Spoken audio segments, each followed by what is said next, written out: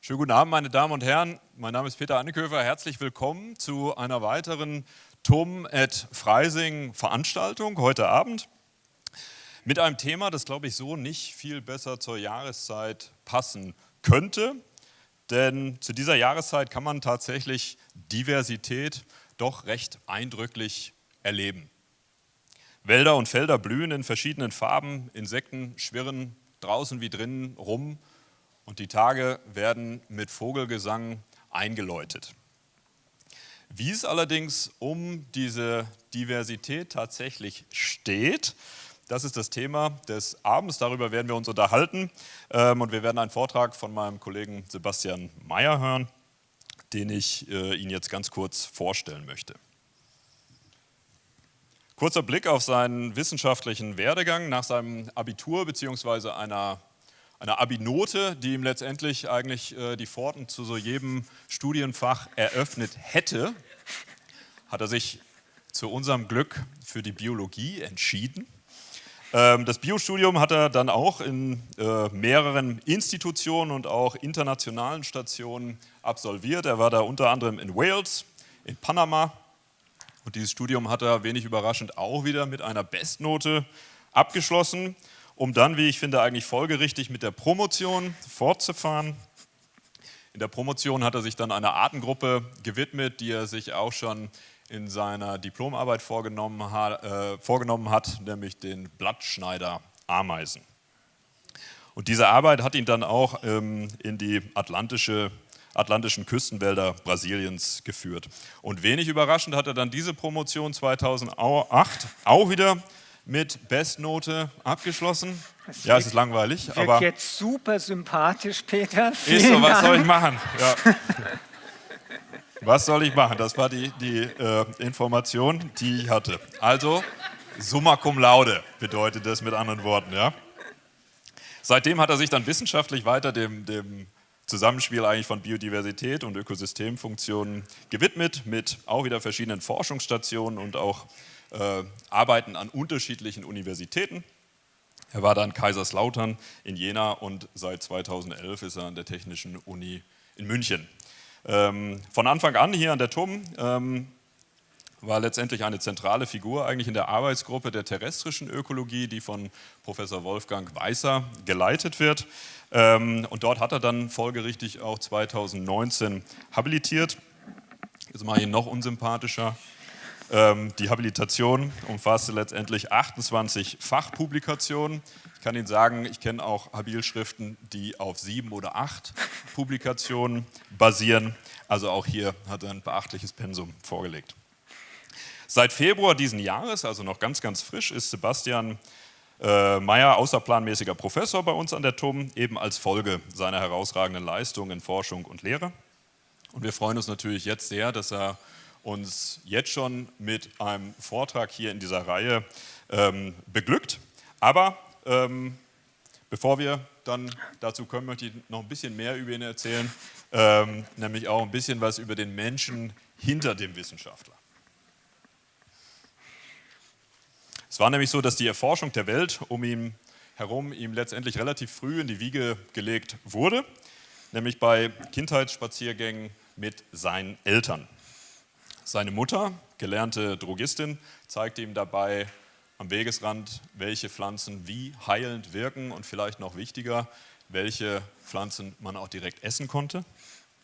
Sein Vater erklärte ihm nebenbei die Newtonsche Mechanik, warum man beispielsweise beim Steinewerfen auch manchmal hinterherfliegt oder fast hinterherfliegt. Mit anderen Worten, eigentlich eine frühe Doppelausbildung in Ethnobotanik und Physik, wenn man so möchte. Hoffentlich beides ohne Prüfungsstress, ja, weitestgehend, das ist gut. Ja, dann die Frage, wenn er nicht Wissenschaftler geworden wäre. Ja, das kann man sich jetzt kaum vorstellen, nach dem, was ich Ihnen erzählt habe, was hätte aus ihm werden sollen. Aber ich könnte mir vorstellen, er wäre dann vielleicht Künstler geworden oder Designer oder Zimmermann. Denn auch heute erholt er sich vom wissenschaftlichen Alltag, indem er gerne praktische Dinge macht, wo am Ende des Tages ein bisschen mehr rauskommt, als einfach nur wieder ein neues PDF-Dokument.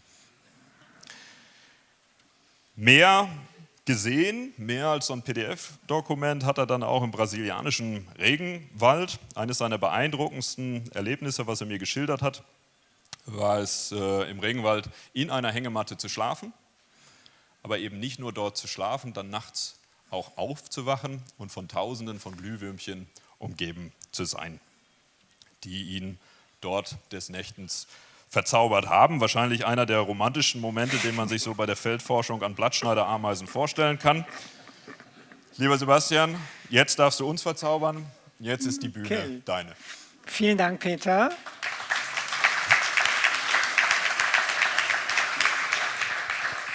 Und jetzt muss ich irgendeine Überleitung finden von romantischen Bildern in Ihrem Kopf, von Glühwürmchen im Regenwald zu Artensterben und der Frage, warum uns das alle betrifft. Und das ist, worum es heute gehen soll. Wer von Ihnen hat vor ein paar Wochen am 22. Mai Tagesschau geguckt?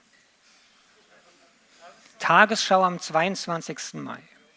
Da war eine der Titelstories, mit denen die Tagesschau aufgemacht hat, Internationaler Tag der Biodiversität. Und Auslöser für das Ausrufen von diesem Tag der Biodiversität ist tatsächlich, dass wir in einer Zeit leben, in der Artenvielfalt im Rückgang begriffen ist. Und ich werde Ihnen Evidenz dafür zeigen, dass das tatsächlich so ist. Aber der größte Teil soll dann darum gehen, was für Folgen das hat. Wie verändert es Ökosysteme, wenn weniger Arten da sind?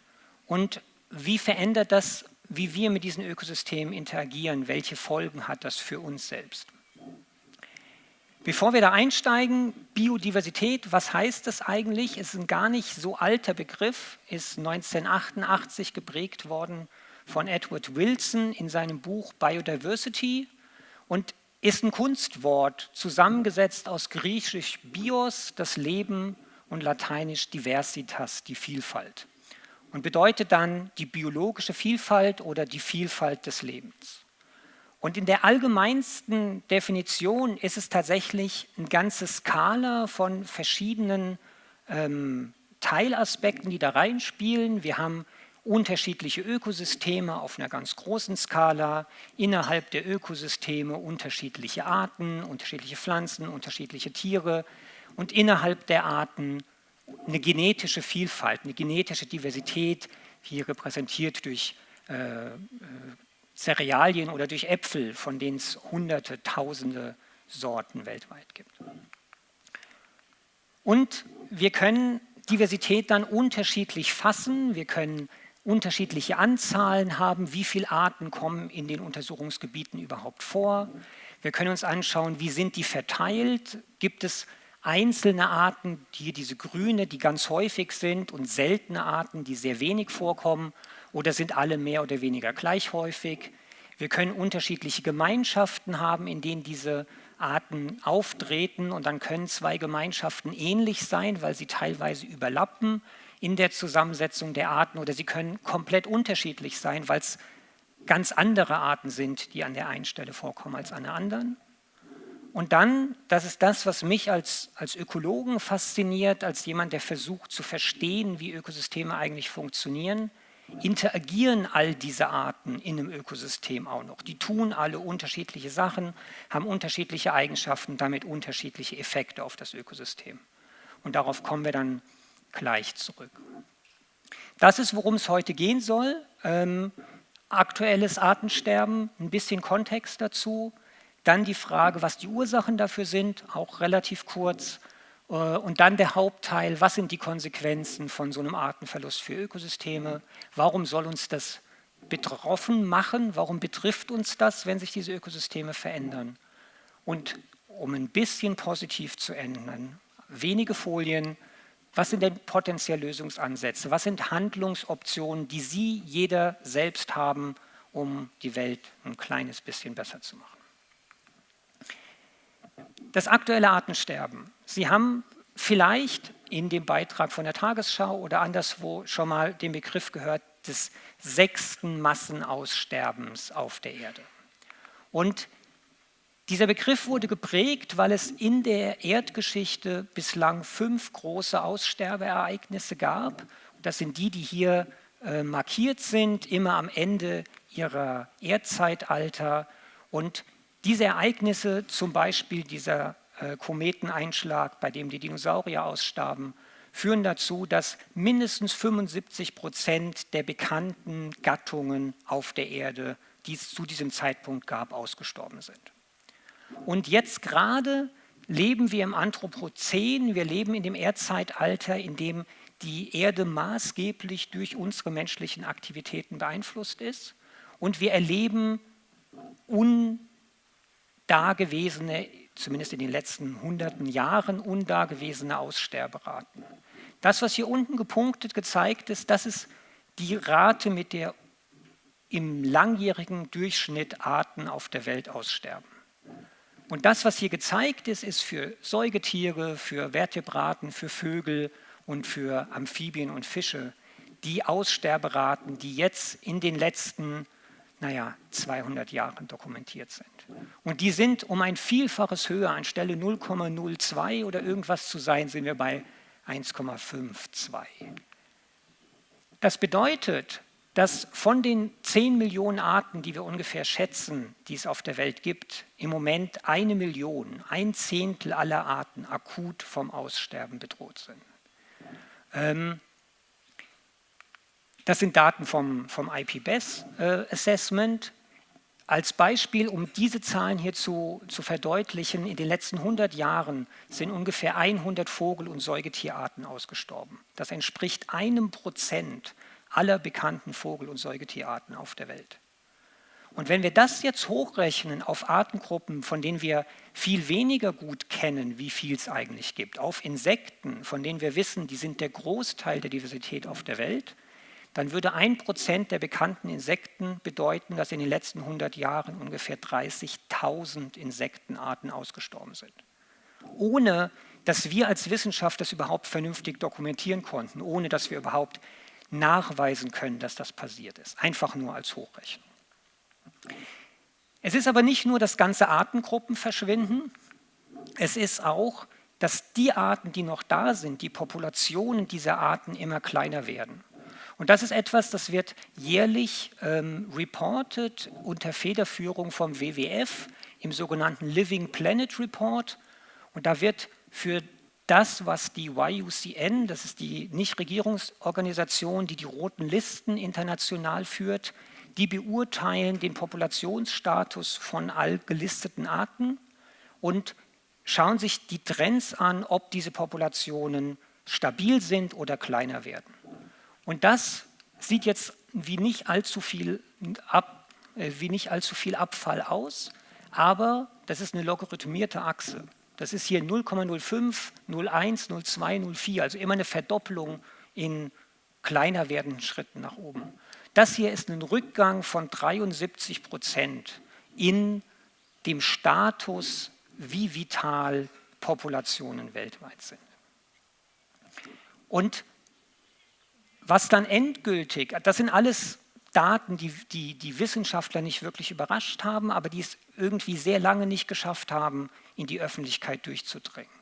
Das, was es dann geschafft hat, ist tatsächlich diese Studie hier. Hallmann et al. 2017 in PLOS ONE publiziert, eigentlich kein besonders großes, kein besonders renommiertes Journal, aber eine Studie, die es geschafft hat, durchzudringen, weil sie tatsächlich von einem Laienforscherverein in Krefeld über viele Jahre, 1990 bis 2015, aufgenommen, Insekten beprobt hat. Mit solchen Malaise-Fallen, das sind quasi Netze, in die Insekten reinfliegen, dann in dem dunklen Tuch dem Licht entgegen hier in dieses weiße Dach fliegen und dann oben in der Kopfdose mit Fangflüssigkeit abgetötet werden und gesammelt werden. Und was hier gezeigt ist, ist die Biomasse der Insekten in diesen Proben über die Zeit. Wieder eine logarithmierte Achse und jetzt sind wir wieder bei diesen 75%. Das ist ein Rückgang der Insektenbiomasse von 75% in 27 Jahren.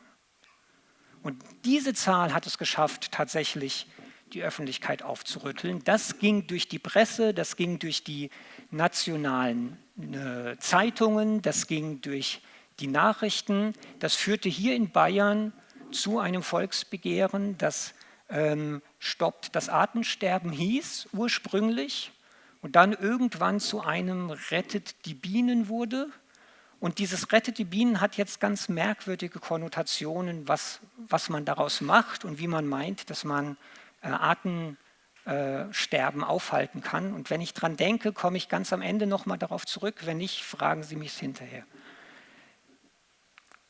Es gab dann anschließend 2019 noch eine große Insektenstudie, die es ebenfalls in die Nachrichten geschafft hat, ebenfalls wieder bis in die Tagesschau, und zwar eine Studie der TU München, eine Studie aus unserem Lehrstuhl. Und das, was wir machen konnten, ist nicht nur die Biomasse angucken, sondern tatsächlich die Arten angucken. Welche Arten sind da drin? Und das ist die Überleitung zu den Ursachen, weil das in der Studie, was die Hallmann-Studie auch nicht konnte, mit untersucht wird. Das, was wir nutzen, Ursachen, das ist jetzt wieder vom 22. Mai, das ist quasi mich selbst spoilernd, das ist, was IPBES sagt, intensive Landwirtschaft, intensive Nutzung der Weltmeere, Klimawandel, Umweltverschmutzung und Verdrängung durch nicht heimische Arten. Das sind die angenommenen Hauptursachen für Artenrückgang. Das, was wir in unserer Studie gemacht haben, ist eine Plattform zu nutzen, die von der Deutschen Forschungsgesellschaft finanziert wird, und das sind die Biodiversitätsexploratorien. Das sind 3 Regionen in Deutschland, eine hier unten, Schwäbische Alb, nordwestlich von Ulm, der Hainich, ein bisschen nordwestlich von Jena, und Schorfheide-Chorin, nordöstlich von Berlin, von Potsdam. Und in jeder dieser Gebiete gibt es hier diese grünen Flächen Wälder und diese hellgrünen Grasländer. Und in jeder dieser Flächen gibt es jetzt 50 Plots, 50 Grasländer, die untersucht werden, 50 Wälder, die untersucht werden.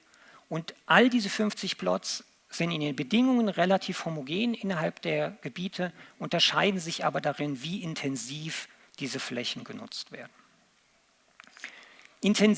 Intensität bedeutet im Wald vor allem, wie viel Holz eingeschlagen wird. Intensität im Grasland sind mindestens 3 Achsen, 3 Dimensionen. Es ist, ob wir düngen und wie viel wir düngen. Es ist, wenn wir beweiden, wie viele Tiere je Fläche wir haben. Und wenn wir es mähen, wie oft im Jahr diese Flächen gemäht werden. Und dann sämtliche Kombinationen daraus. Wenn wir uns die Effekte davon angucken, dann sehen wir hier wieder für unsere 3 Regionen, die Alb, Hainich und Schorfheide, auf der X-Achse eine sogenannte Landnutzungsintensität. Das ist diese 3 Achsen, die ich gerade beschrieben habe, Düngung, Maat und Beweidung, standardisiert und zu einem Wert für wie intensiv ist die Landnutzung zusammengefasst, von niedriger Landnutzung zu hoher, und hier die Pflanzendiversität. Also wie viele Pflanzenarten werden in diesen Grasländern gefunden. Und dann sehen wir in der Alb ganz deutlich einen Abfall, weniger Arten mit höherer Intensität. Im Hainich auch, wobei der Abfall am Anfang sehr steil ist und dann flacher wird. Und in der Schorfheide sehen wir kaum einen Effekt. Auch das ganz typisch für ökologische Forschung. Ergebnisse sind nie eindeutig. Und das bedeutet auch, für alles, was ich Ihnen heute zeige, an generellen Trends, stehe ich mit meinem Wissen dafür, dass das tatsächlich der Konsens der wissenschaftlichen Gemeinschaft ist. Sie werden aber auch immer wissenschaftliche Paper finden, die sagen, es gibt gar keinen Effekt, oder die sagen, bei uns geht es sogar hoch. Wir finden sogar mehr Arten über die letzten 10, 15 Jahre. Und das kann ganz lokal sogar so sein, weil es ein Problem gibt, was wir Shifting Baselines nennen. Es kommt nämlich immer darauf an, womit vergleichen wir das. Wenn Sie eine Fläche haben, die komplett degeneriert ist, und da wird jetzt ein Renaturierungsprojekt gemacht, da wird jetzt Geld in die Hand genommen, neue Arten anzusehen, die Fläche weniger intensiv zu bewirtschaften, dann wird es da lokal besser werden. Das heißt aber nicht, dass es global irgendwie diesen Trend zum Artenverlust nicht gibt. Das heißt einfach nur, an dieser Stelle war es vorher bereits so schlecht, dass es jetzt auch wieder aufwärts gehen kann. Und wir haben für ganz viele dieser Daten das Problem, dass wir keine besonders langen Zeitreihen haben. Ich meine, hier jetzt, ich erkläre gleich, was wir hier sehen, 2008 bis 2017 sind 9 Jahre, 10 Jahre. Das ist schon lang, weil es keine langen Zeitreihen gibt. Und ich habe es rausgeworfen, weil ich eh schon zu viele Folien habe. Wir haben gerade ein Projekt tatsächlich zusammen mit der LFL und mit der HSWT und der TUM, mit meiner Arbeitsgruppe, wo wir uns Langzeitveränderungen im Bayerischen Grünland angucken, historische Vegetationsaufnahmen, 70 Jahre Vegetationsaufnahmen. Und ich kann die Daten hier noch nicht zeigen, aber wir sehen ganz, ganz, ganz deutlich eine Halbierung der Artenzahl über die 70 Jahre. Also der Trend ist da. Intensivere Nutzung von Grünland reduziert Pflanzenvielfalt. Das ist auch die vermutete Erklärung für die Langzeittrends, die wir in Bayern sehen. Die Studie, die ich Ihnen eigentlich vorstellen will, ist, was ist denn der Effekt auf Insekten? Und das ist, was wir hier sehen, die Biomasse, die Individuenzahl, die Artenzahl von den Insekten gefangen in einmal den Grasländern und einmal den Wäldern über Zeit. Und Sie sehen die gleichen Abnahmen, die Sie vorhin schon in der Hallmann-Studie gesehen haben. Ein Rückgang von verschiedenen Komponenten von Diversität über Zeit. Und jetzt, wie versprochen, die Frage, woran liegt es denn eigentlich? Und jetzt haben wir hier wieder die lokale Landnutzungsintensität.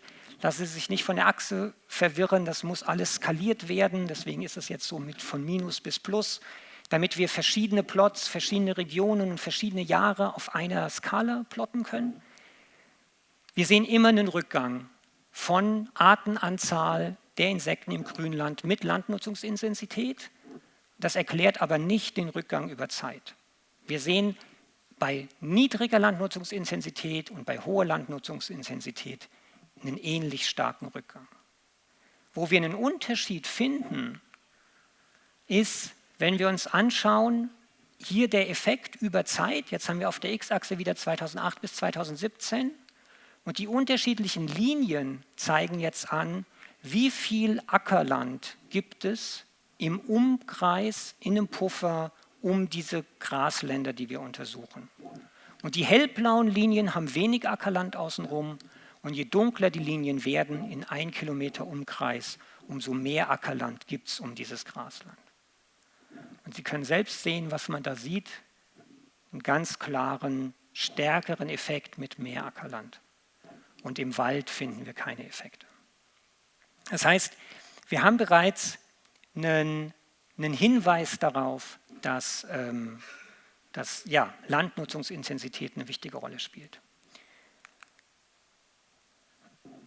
Ganz, ganz kurzer Seitenexkurs. Ich habe eben schon erwähnt, wir haben wenig Daten. Ein Grund, warum diese Studie und die Hallmann-Studie so viel öffentliches Interesse produzieren konnten, ist, weil diese Daten so selten sind. Weil es das, was da reingeht, diese 10 Jahre Insekten aufbereiten, das sind Wochen im Feld, um die Proben zu sammeln. Dann sind es tausende Stunden von wissenschaftlichen Hilfskräften bei uns im Labor, um diese Proben zu sortieren auf Großgruppen. Dann wird es zu Taxonomen gesandt, dann wird das bestimmt. Das dauert 2 bis 3 Jahre, bis wir die verwertbaren Daten haben, nachdem sie im Feld gesammelt wurden.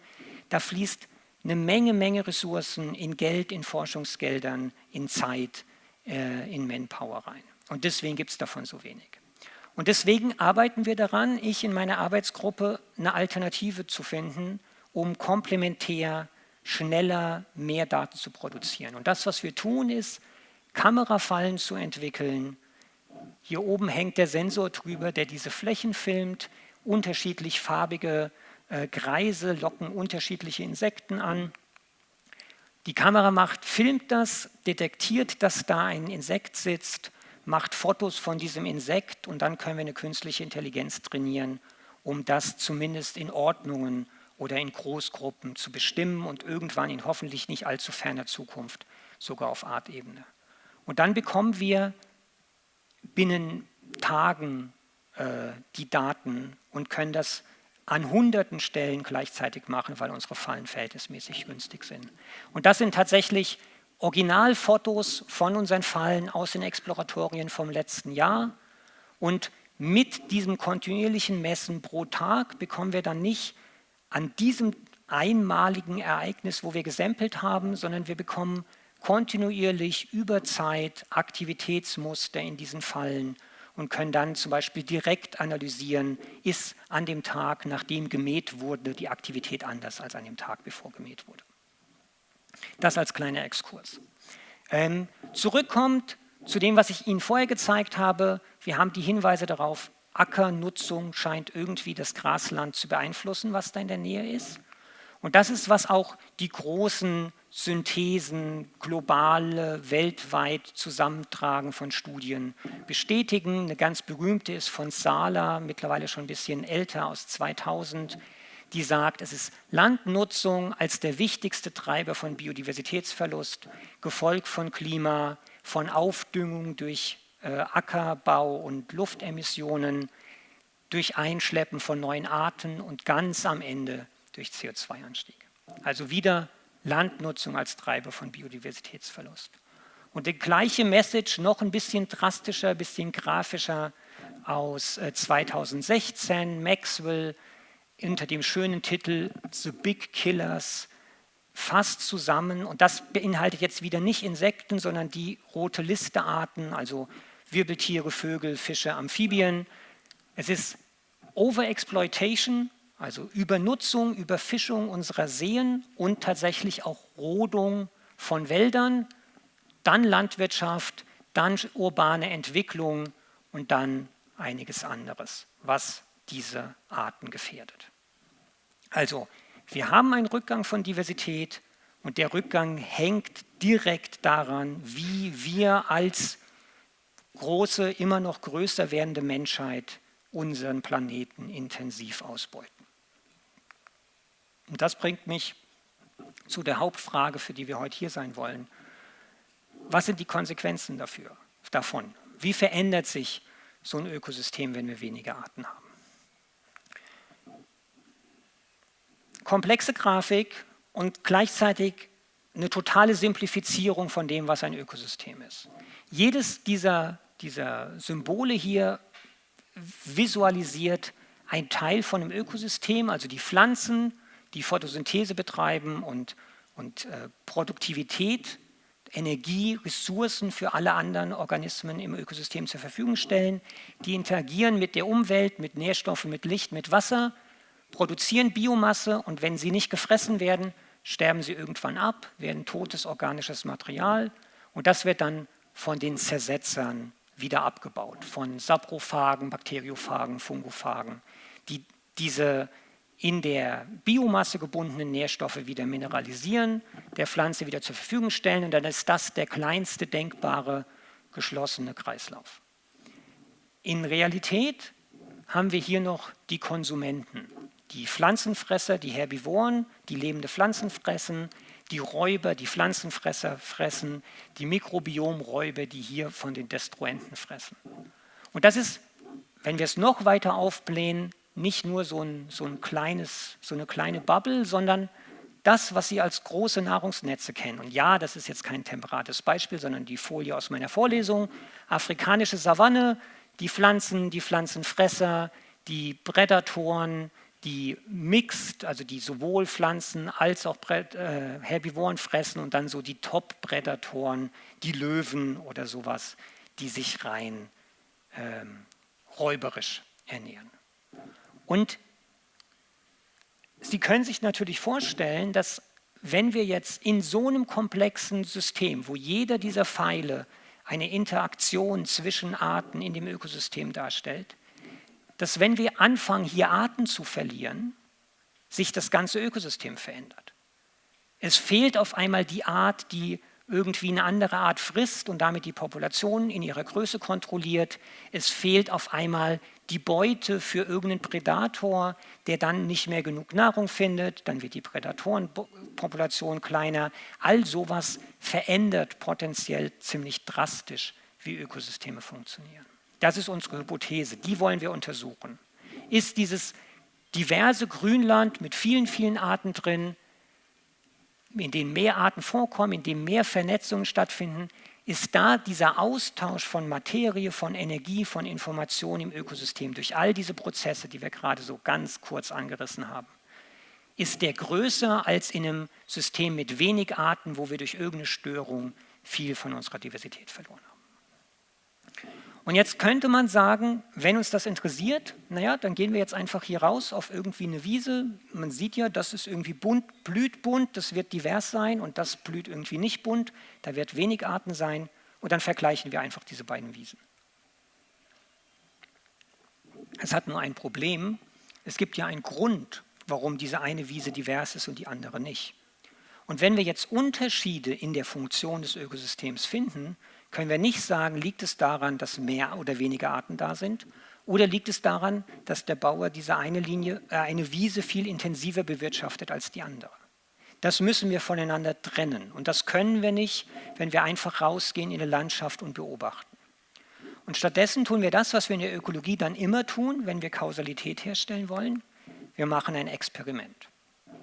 Und dieses Experiment, das in der Nähe von Jena liegt und deswegen ganz kreativ den Namen das Jena-Experiment trägt.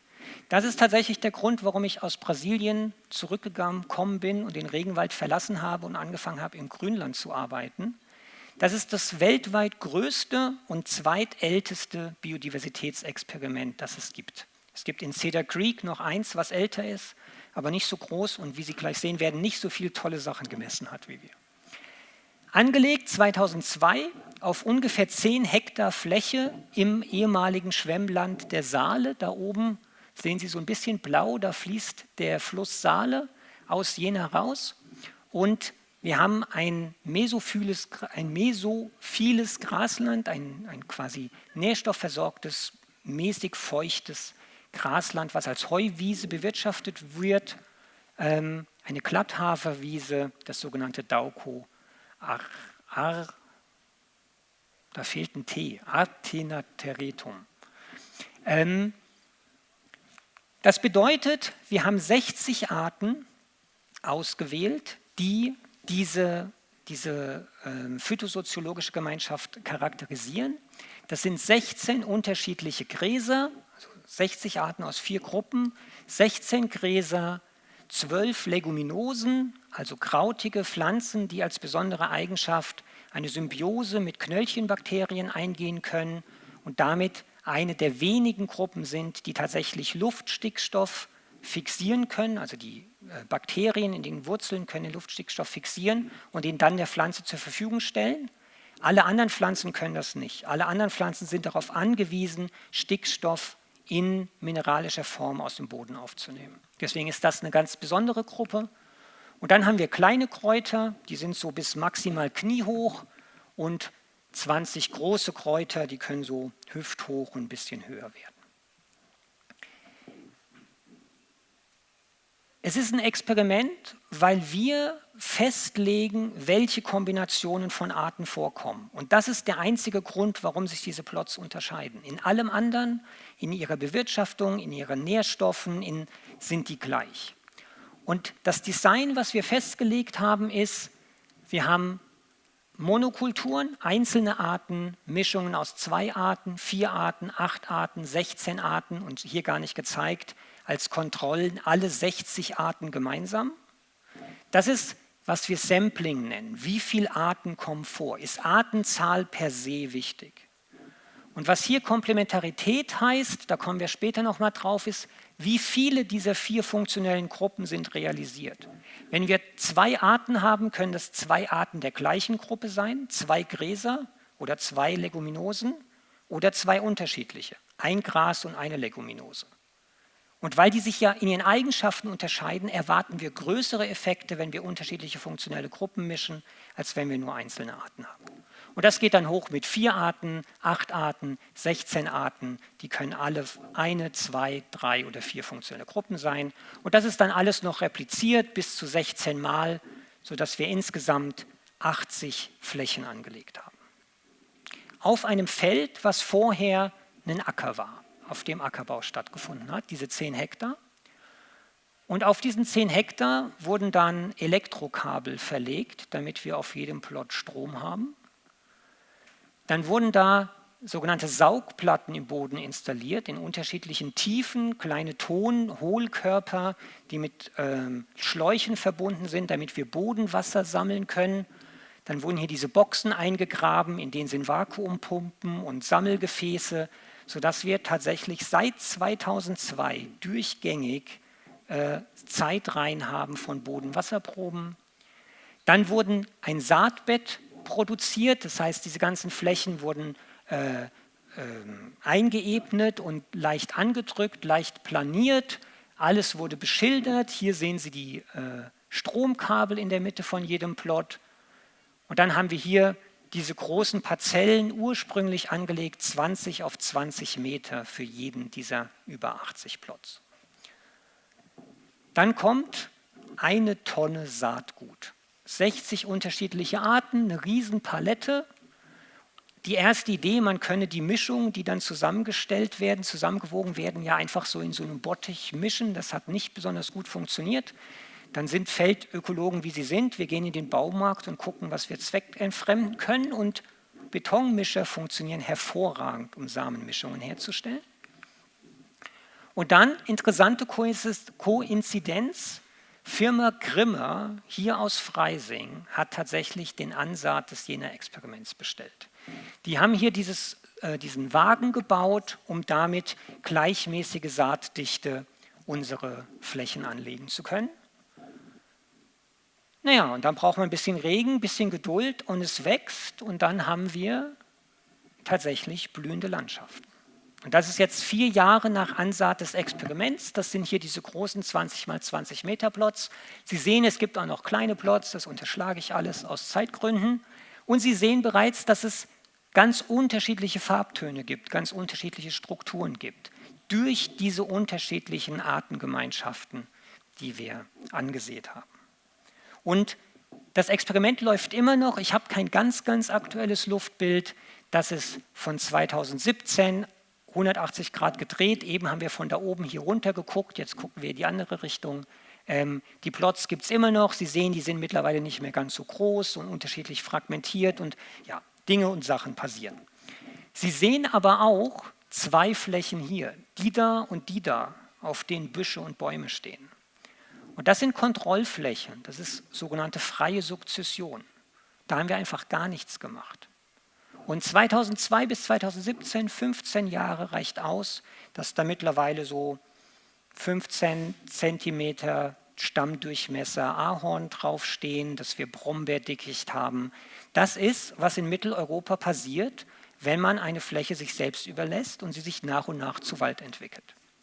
Damit das auf dem Rest der Fläche nicht passiert, bewirtschaften wir die wie eben eine Glatthaferwiese. Das heißt, die wird 2-mal im Jahr gemäht und in unserem Fall überhaupt nicht gedüngt. 2-mal im Jahr mähen und das Maatgut wird abtransportiert. Das ist aber noch nicht alles. Sie alle kennen das wahrscheinlich zu Hause von Ihrem Garten, wenn Sie ein Beet haben, in dem Sie nur eine Pflanze haben wollen. Wie lange bleibt das eine Pflanze? Genau. Unsere Flächen werden 3-mal im Jahr gejätet. Das sind jeweils ungefähr 3000 Stunden von studentischen Hilfskräften, die hier so sieht ein bisschen aus wie Straflagerkolonnen, über das Feld wandern und unter Anleitung von 5 festangestellten Gärtnern plus all unseren Doktoranden, was jeweils so zwischen 12 und 14 Stück, je nach Zeitkohorte sind, diese Flächen jäten, um unseren Diversitätsgradienten aufrechtzuerhalten. Und dann haben wir noch nichts gemessen. Das sind jetzt ein paar Bilder von unterschiedlichen Personen, die alles Mögliche messen. Und das ist aber sind nicht nur die, sondern über die Jahrzehnte mittlerweile sind es hunderte Leute, die an diesem Experiment beteiligt sind und die diese Daten zusammengetragen haben, von denen ich Ihnen jetzt einen kleinen Ausschnitt zeigen werde. Verzeihen Sie mir, wenn ich manche Dinge nur anreiße und mir wahrscheinlich zu viel vorgenommen habe, was ich Ihnen zeigen will. Wir haben irgend sowas in der Größenordnung, ich wollte es nachgucken, habe es nicht nachgeguckt, zwischen 250 und 300 wissenschaftlichen Publikationen von dieser Fläche über diesen Zeitraum von jetzt knapp über 20 Jahren. Das ist vermutlich das bestuntersuchte Stück Wiese der Welt. Das Erste, was uns interessiert und das Erste, was die meisten Experimente gemacht haben, was ist mit Produktivität? Wie viel Biomasse produzieren die Pflanzen, wenn wir mehr oder weniger Pflanzen auf diesen Flächen haben. Und das ist, was wir hier sehen. Wir haben die Pflanzenartenzahl auf der X-Achse auf einer logarithmierten Skala. Es ist immer wieder eine Verdopplung für jeden gleich breiten Abstand. Und hier haben wir die Pflanzenbiomasse in Gramm Trockenbiomasse pro Quadratmeter. Das ist für die Agrar das gleiche wie Tonne pro Hektar. Und wir sehen, hier für 4 Jahre gezeigt, ein Anstieg mit Diversität. Und dieser positive Zusammenhang zwischen Artenreichtum und Produktivität zeigen wir nicht nur in Jena. Das hier ein bisschen skurrile Grafik sind Effect Sizes aus einer Meta-Analyse. Das sind über 400 Studien weltweit aus unterschiedlichsten Experimenten. Und im Mittel zeigen die das Gleiche, eine gesteigerte Produktivität mit höherer Artenzahl für die Pflanzen.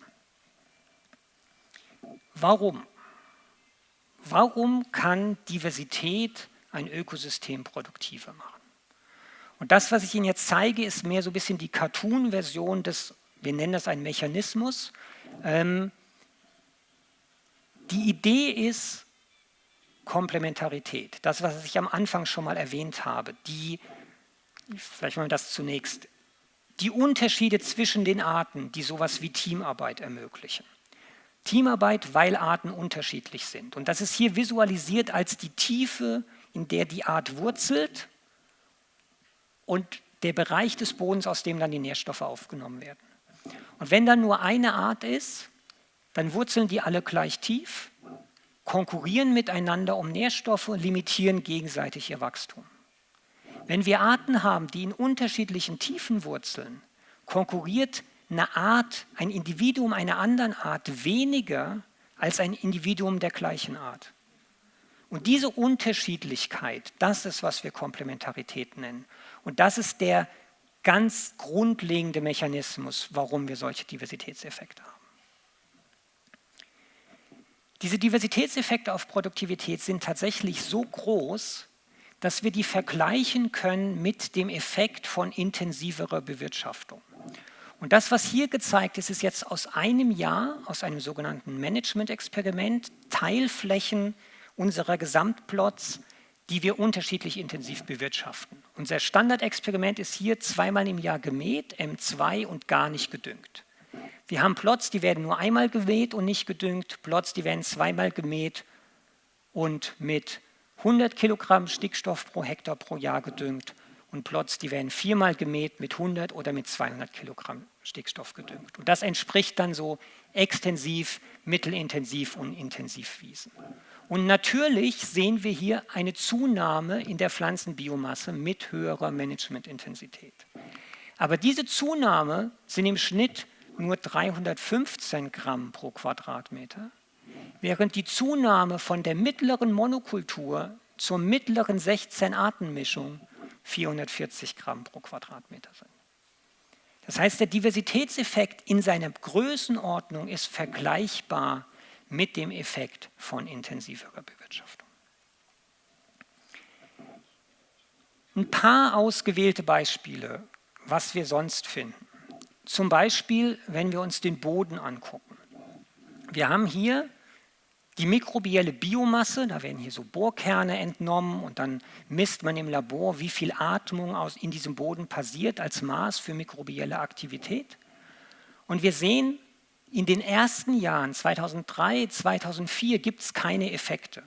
Hier unser Diversitätseffekt 1, 2, 4 bis 60 Arten, keine Unterschiede. Aber ab 2006 fangen wir an, Effekte zu sehen. Und in der späteren Studie hat Markus Lange dann gezeigt, dass diese mikrobielle Aktivität wichtig dafür ist, wie viel Bodenkohlenstoff gebunden wird und dass die Menge Bodenkohlenstoff mit Pflanzendiversität zunimmt.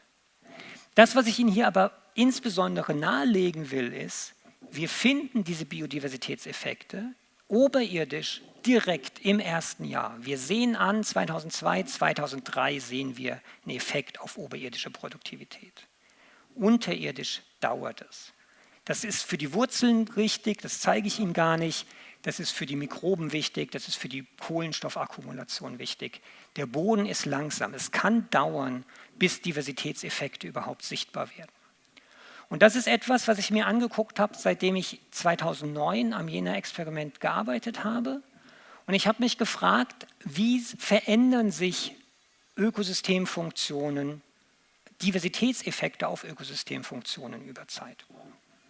Und das sind 50 unterschiedliche Funktionen über 11 Jahre gemessen. Und das sind so Analysen, die gehen nur in Jena, weil wieder niemand sonst solche Daten hat. Und das, was hier zusammen gezeigt ist, ist, wie verändert sich die Steigung des Diversitätseffekts? Diversitätseffekte werden stärker, Diversitätseffekte werden schwächer. Und für die Mehrheit der, wo ich Effekte finde, finde ich stärker werdende Effekte. Und es gibt zwei Möglichkeiten, woher das passieren kann. Das kann passieren, wenn das hier das Ausgangsjahr ist, weil sich die niedrigdiversen Mischungen verändern und die hochdiversen bleiben gleich. Und die niedrigdiversen können schlechter werden oder sie können besser werden. Und das Gleiche kann passieren, dass die niedrigdiversen gleich bleiben und die hochdiversen werden besser oder die hochdiversen werden schlechter. Und das zeigt jetzt, Diversitätseffekte werden stärker, weil beides gleichzeitig passiert. Also die hochdiversen Mischungen werden immer besser, weil sie immer komplementärer werden. Und die niedrigdiversen werden immer schlechter. Und die Interpretation dazu ist, dass sie schlechter werden, weil sich Antagonisten, Gegenspieler der Pflanzen akkumulieren. Pathogene im Boden, Fraßfeinde und all diese negativen Effekte und die positiven bei hoher Diversität akkumulieren und tragen gemeinsam zu diesen stärker werdenden Diversitätseffekten bei. Wir können das aber auch noch ein bisschen direkter zeigen, dass die Pflanzen auch noch andere Organismen beeinflussen. Und das ist das erste große Nature-Paper aus dem Jena-Experiment von 2000 von Christoph Schermer, der zusammengefasst hat, was ist denn mit den Tieren, was ist mit den Tieren, mit den Insekten, aber auch mit den Mikroben, mit der Bodenfauna, mit Nematoden, Kolembolen auf unseren Flächen.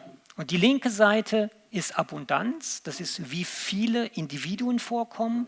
Und die rechte Seite ist Artenzahl, wie viele Arten kommen vor, oberirdisch und unterirdisch. Und das, was wir sehen, ist hier überall diese positiven Linien. Und jetzt sagt irgendeiner, was ist mit den hellgrünen, die irgendwie in die andere Richtung gehen? Das sind Invaders. Und Invaders heißt in dem Fall, das sind tatsächlich Pflanzen, das sind Pflanzenarten, die nicht Teil der 60 Arten sind, die wir angesehen haben. Und wir hatten ganz am Anfang kurz erwähnt, Invasion durch exotische Arten als einer der Gründe für Artenrückgang. Und Invasion ist dann leicht, wenn es wenig lokale Arten gibt, die mit den neu dazukommenden konkurrieren. Und in dem Fall, wo wir schon viele lokale Arten haben, haben neu dazukommende Arten viel Konkurrenz, wenig Chancen, sich zu etablieren und deswegen sehen wir weniger von den Unkräutern, wenn man so will. Das ist vielleicht das eingängigere Wort als Invaders. Rückgang von Unkräutern mit steigender Pflanzenartenzahl. Das heißt, Pflanzendiversität beeinflusst viele andere Organismen. Und es beeinflusst nicht nur die Organismen, es beeinflusst auch die Prozesse, die an diesen Organismen hängen. Also Zersetzung, Respiration, Aktivitäten und so weiter. Und das können wir dann zeigen, dass es tatsächlich zu solchen Effektkaskaden kommt, dass wir die Pflanzendiversität haben, die verändert, wie viel Pflanzenbiomasse da ist, wie viel Biomasse da ist, verändert, wie viele Zersetzerorganismen wir haben, die Zersetzerorganismenanzahl verändert, wie viele Arten von Zersetzern wir haben und das wiederum beeinflusst dann den Prozess selbst, wie schnell Streu abgebaut wird. Das ist tatsächlich Anne Ebeling, das ist unsere Koordinatorin und meine Kooperationspartnerin im Jena-Experiment, mit der ich diese Konsumentenprozesse angucke. Und das können wir dann noch stärker integrieren und uns diese Gesamtheit von all den Flüssen im Ökosystem angucken. Das sieht jetzt wieder ein bisschen so aus wie dieses Schaubild, was ich Ihnen am Anfang mal gezeigt habe, mit den Pflanzen hier zwischendrin, der toten organischen Materie. Dann gibt es die Pflanzenfresser, die Karnivoren, die Omnivoren, die sowohl Pflanzen als auch Tiere fressen, und die Zersetzer und das Ganze dann unterirdisch nochmal. Und wir haben für fast alle dieser Pfeile über die Jahre den Prozess selbst gemessen oder indirekte Maße für diesen Prozess gemessen. Und dann können wir, und das ist Arbeit, die ich zusammen mit Oksana Bützdogan gemacht habe, Modelle rechnen, die uns quantifizieren, wie viel Energie, wie groß sind diese Kompartimente und wie viel Energie fließt von Kompartiment zu Kompartiment in jedem unserer 80 Plots. Und dann können wir vergleichen Plots mit vielen Arten und Plots mit wenig Arten. Und das ist, was wir hier sehen. Alles, was blau ist, heißt mehr bei hoher Diversität. Und alles, was orange ist, heißt weniger bei hoher Diversität. Und dann sehen Sie schon sehr eindrücklich, Diversität fördert Funktion. Und das können wir dann integrieren, einmal als wie viel Energie fließt insgesamt durch dieses Ökosystem, die Gesamtheit all dieser Pfeile, aufgetragen gegen Pflanzenartenreichtum, und wie viel Biomasse, die Gesamtheit der Größe dieser Kompartimente ist in diesem Ökosystem vorhanden. Und auch das steigt an. Das heißt, wir haben mehr Biomasse im Ökosystem und wir haben mehr Energiefluss im Ökosystem. Wir können in anderen Analysen uns angucken, wie viele der individuellen Prozesse sind tatsächlich beeinflusst. Das ist eine relativ frühe Analyse, 2013 publiziert. Von den damals 38 Funktionen, die wir angeguckt haben, sind 17, 45% signifikant von Diversität beeinflusst. Und das würde ich als Daumenregel auch irgendwie so stehen lassen, ungefähr die Hälfte aller Prozesse. Und das ist meine eigene größte Syntheseanalyse vom Jena-Experiment, wenn wir all diese Prozesse zusammenfassen in einen Index, den wir Multifunktionalität nennen, die Gesamtheit der Prozesse in diesem Ökosystem, dann sehen wir wieder einen Anstieg mit Pflanzenartenzahl. Das heißt, wenn wir das zusammenfassen, dann sehen wir, dass Grünland nicht Grünland ist, sondern dass intensive Nutzung Diversität reduziert, dass wir einen Zusammenhang haben zwischen Diversität und Produktivität des Ökosystems, zwischen Diversität und den Prozessen in diesem Ökosystem, und dass je diverser das Grünland ist, insbesondere je mehr Pflanzenarten wir in dem Grünland haben, umso mehr all diese anderen Prozesse haben wir auch. Und vielleicht vorwegnehmend auf Lösungsansätze gleich später, wenn Sie sich an die Grafik erinnern, dass die Zunahme an Produktivität durch Intensivierung der Landwirtschaft ähnlich groß ist wie die Zunahme der Produktivität durch eine Diversifizierung, dann haben wir, wenn wir die Produktivität durch Diversifizierung steigern, all diese positiven Nebeneffekte, die wir gerade gesehen haben, all diese positiven Effekte auf andere Prozesse, während wir, wenn wir es durch Intensivierung machen, quasi die Negativprämie zahlen. All den Rückgang der Diversität und damit den Rückgang der anderen Prozesse. Und wir haben gesehen, Effekte im Boden entwickeln sich langsam. Diversitätseffekte generell werden über Zeit stärker. Und das bedeutet, dass altes Grünland wertvoller ist als junges. Dass wir umsichtig handeln sollten und nicht aus den kurzzeitigen Konsequenzen darauf rückschließen, was das langfristig bedeutet. Dass wir nicht ein altes Grünland umbrechen, weil wir können es ja ersetzen mit einem neuen Grünland, was wir hier irgendwo anlegen. Das wird Jahrzehnte brauchen, bis es das leisten kann, was dieses alte Grünland, das wir gerade umgebrochen haben, bereits konnte. Und es könnte sein, dass der kurzfristige Effekt des Diversitätsverlustes, den wir sehen, nur die Spitze des Eisbergs ist. Das war der Schweinsgalopp durch, was sind die Auswirkungen. Und wenn Sie irgendwas mehr wissen wollen, Sie können natürlich all die 250 Paper selbst lesen, oder wir haben Jena-Experiment kompakt, ein Special Issue von Basic and Applied Ecology zum 15-jährigen Jubiläum, 76 Seiten, aber die fassen ungefähr 200 Originalpublikationen zusammen. Genau. Warum, außer dass Sie das jetzt vielleicht hoffentlich beeindruckt hat, was wir da in Jena alles tun, warum sollen wir uns dafür interessieren? Warum sollte Sie das betroffen machen? Ich konnte nicht widerstehen, warum das Artensterben uns alle betrifft. Ich habe es gefunden, nachdem ich meinen Titel festgelegt hatte, nicht andersrum. Es gibt etwas, was ich globale Rückkopplungseffekte nennen würde. Und dieses Konzept ist 2005, so kenne ich es zumindest, zum ersten Mal publiziert worden, im sogenannten Millennium Ecosystem Assessment. Da ging es darum, dass eine Gruppe, also global ausgesuchte Wissenschaftler, führende Wissenschaftlerinnen und Wissenschaftler, versucht haben, den Zustand der Diversität zu beschreiben und welche Konsequenzen das hat. Und die haben den Begriff der Ökosystemdienstleistungen oder auch Ökosystemleistungen oder in Englisch mittlerweile nicht mehr Ecosystem Services, sondern Benefits of Nature to People, das ist jetzt gerade der akzeptierte Begriff dafür, meint aber alles das Gleiche, nämlich die Nutzen, die wir als Menschheit aus der Natur ziehen. Und das können die direkten Provisionings sein, dass wir Materialien, Nahrung direkt aus der Natur bekommen. Das können kulturelle Services sein, sowas wie ein Heimatgefühl, ein Stolz auf unser Voralpenland, auf unsere Berge. Das können Supporting Services sein, also all die Prozesse, die in so einem Ökosystem notwendig sind, damit es überhaupt funktioniert, sowas wie Bodenfruchtbarkeit zum Beispiel. Und regulierende Services, zum Beispiel sowas wie unser Klimasystem, sowas wie Aufreinigung von Trinkwasser, von Grundwasser.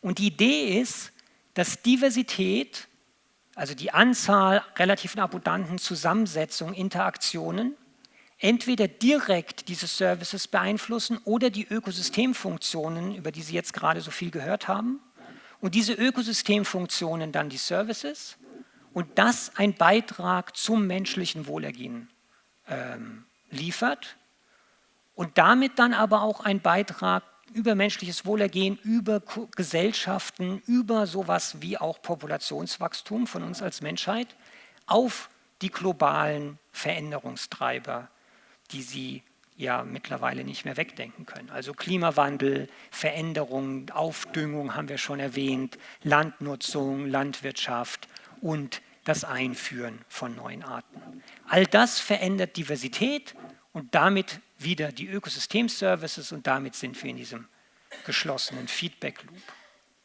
Und Grasland, was unser Modellsystem ist, um diese Funktionen zu verstehen, erbringt tatsächlich eine ganze Reihe von Ökosystemdienstleistungen. Und das ist jetzt sehr, sehr exemplarisch. Sie haben natürlich die Produktion, die so ein Grasland tut. Wir haben entweder Weidehaltung oder Heuproduktion. Wir haben die Produktion, also Weide oder Heu, die Produktion von Milch, von Fleisch. Wir haben den Naherholungswert, wir haben Landschaftspflege. Wir mögen offene Landschaften, um da zum Beispiel wandern zu gehen. Wir haben diese ästhetischen Aspekte, wir haben aber auch solche Regenwasser-, Überflutungseffekte, wir haben Grundwasserbildungseffekte. Und all das hängt tatsächlich davon ab, wie divers das Grasland ist. Ich habe die Folien rausgeworfen, hätte ich vielleicht nicht tun sollen. Wir können in Jena zeigen, wie viel Wasser im Boden versickert, hängt davon ab, wie viele Pflanzenarten da sind, weil sich die Porosität des Bodens verändert zum Beispiel. Und wir haben eben gezeigt, dass es diese verzögerten Effekte gibt, das, was wir eine Ökosystemdienstleistungsschuld nennen. Und die kann auf zweierlei Arten entstehen. Entweder, weil wir jetzt die Störung haben und ein paar Arten verlieren und dann nach und nach durch sogenannte Aussterbekaskaden zum Beispiel weitere Arten verlieren. Es geht eine Art verloren und das war eine essentielle Beute für eine andere Art. Deswegen stirbt der Räuber aus und damit fehlt eine Konkurrenz und dann stirbt wieder was anderes aus. Das ist die eine Ökosystemdienstleistungsschuld. Und das, was meine eigenen Analysen gezeigt haben über diese zeitlichen Veränderungen, ist, dass wir selbst, wenn sich die Artenzusammensetzung nicht mehr verändert über Zeit, wir immer noch eine Veränderung in den Prozessen haben können. Dass dass es Jahre oder Jahrzehnte dauert, bis wir die echten Konsequenzen von diesem Diversitätsverlust tatsächlich sehen. Das heißt, wenn wir uns die Relevanz davon für Naturschutz angucken, haben wir gesehen, dass Diversität wichtig für viele Ökosystemfunktionen und Dienstleistungen ist. Und damit ist der Schutz von Diversität eigentlich ein Eigennutz. Das ist ein funktionaler Schutz, weil wir die Diversität nicht um ihrer selbst willen schützen, da kommen wir gleich zu, sondern um diese Funktionen, diese Dienstleistungen zu schützen, die wir brauchen. Aber, auch das haben Sie gesehen, nicht alles hängt von Diversität ab. Nicht alle Funktionen, wir wissen auch nicht, ob wirklich jede einzelne Art wichtig ist. Das heißt, wir können uns nicht nur auf dieses funktionale Argument verlassen, sondern ethische und instrumentelle Argumente sind gute zusätzliche Argumente. Es ist immer eine Mischung aus all diesen Argumenten. Und damit komme ich zurück zu Edward Wilson, der schon vor vielen Jahren sehr vorausschauend sagte, wir sollten jedes bisschen an Diversität als unbezahlbar schützen, während wir es überhaupt erst langsam verstehen und was es bedeutet und wofür es gut ist. Und wenn wir das tun wollen, und das sind die letzten Folien versprochen, ein klein bisschen Lösungsansätze. Und ein Spoiler vorweg, es gibt nicht die eine Lösung. Und das ist, was stellvertretend hier gezeigt ist. Das ist ein Paper, was ziemlich viel Aufmerksamkeit bekam 2020 unter dem Titel Bending the Curve. Und was sie sagen ist, wir haben diesen historischen Verlust an Diversität und wenn wir nichts machen, wenn wir einfach so weitermachen wie bisher, dann sind wir irgendwie auf dieser Trajektion, dann verlieren wir immer mehr. Und wenn wir nur versuchen, zusätzliche Schutzmaßnahmen zu ergreifen, dann können wir diese Kurve vielleicht ein bisschen abmildern, vielleicht können wir sie stabilisieren, vielleicht geht sie einfach nur langsamer runter. Das Argument ist, wir brauchen zusätzlichen Schutz, aber wir brauchen nachhaltigere Produktion, wir brauchen nachhaltigeren Konsum als mindestens ein zusätzliches Element. Und es gibt andere Versionen von dieser Grafik, wo dann 5 oder 10 oder 20 Kurven kommen mit verschiedenen Maßnahmen. Das heißt, nichts von dem, was ich Ihnen jetzt vorschlage, wird es für sich alleine klären. Aber jedes bisschen trägt bei und die Summe von vielen kleinen Teilen kann dann vielleicht dazu beitragen, die Kurve tatsächlich zu biegen. Das Erste, was in den Sinn kommt, wir haben so viel über Landnutzung gesprochen, viele von Ihnen haben wahrscheinlich ein Stück Land, wo Sie über die Landnutzung entscheiden. Sie haben einen Garten oder einen Balkon und das ist jetzt ein bisschen was zusammengestellt, wenn Sie das ins Internet eingeben und suchen, kriegen Sie hunderte Seiten mit noch mehr Empfehlungen, was Sie alles tun können und es läuft immer auf eine Kombination hinaus, weniger intensiv bewirtschaften, Unordnung zulassen, natürliche Ecken zulassen, Totholz zulassen, weniger Pestizide, weniger mineralischen Dünger, mehr organisch und tatsächlich sich auch ein bisschen drauf einlassen. Das wird alles ein bisschen unplanbar, ein bisschen unkontrollierbar, ein bisschen wilder, wie die Bilder hier zeigen. Das geht selbst auf Balkonen und Sie können Habitate schaffen. Für Tiere, für Pflanzen, Sie können auf einheimische Pflanzenarten setzen. Sie müssen Ihre Hecke vielleicht nicht ganz so penibel schneiden. Vielleicht muss es auch keine Thuja sein, sondern oder kein Kirschlorbeer und kann irgendwas Heimisches sein. Sie können kleine Wasserstellen haben, Unterschlupf anbieten für Tiere, ihr Laub nicht im Herbst komplett wegräumen, sondern für den Igel in irgendeiner Ecke liegen lassen. All diese Kleinigkeiten. Und vielleicht muss auch nicht der ganze Rasen auf 3 Zentimeter gestutzt sein und vielleicht kann man einen Streifen irgendwo haben, den man wachsen lässt und blühen lässt und Wildblumen mit einsät und damit Nahrungsangebote schafft. Das also, wenn Sie direkt Landnutzung beeinflussen können. Nicht jeder hat das, nicht jeder kann das. Jeder von uns isst. Und wie Sie sich ernähren, hat einen großen Einfluss darauf, was für einen Einfluss Sie als Individuum haben, und da wir sehr viele Individuen sind, irgendwie 7 Milliarden, hat das einen großen Einfluss darauf, welchen Impact wir als Menschheit haben. Und erster Punkt, Lebensmittelverschwendung vermeiden. Es gibt diese Zahlen, hier 10 Millionen Tonnen Lebensmittel landen jährlich in Deutschland im Müll. Das erzeugt Treibhausgase, das erzeugt Landnutzungsdruck, das ist alles komplett unnütz, weil niemand braucht das, was wir weggeschmissen haben. Wenn wir das reduzieren können, können wir dadurch unseren Impact reduzieren. Ökologische Landwirtschaft unterstützen. Das ist nicht das Allheilmittel, das ist auch nicht so, dass ein Ökofeld irgendwie gar keinen Einfluss auf Diversität hat, aber es hat definitiv einen stark reduzierten Einfluss auf Diversität. Insbesondere, wenn es dann noch Bewirtschaftungsformen sind, die gewisse Landschaftselemente, Hecken, Bäume und sowas mit zulassen, mit erlauben. Wenn man sich das leisten kann, man muss das ja auch nicht immer tun, aber wenn man es ab und an tut, ist es ein kleiner Schritt, ein kleiner Beitrag.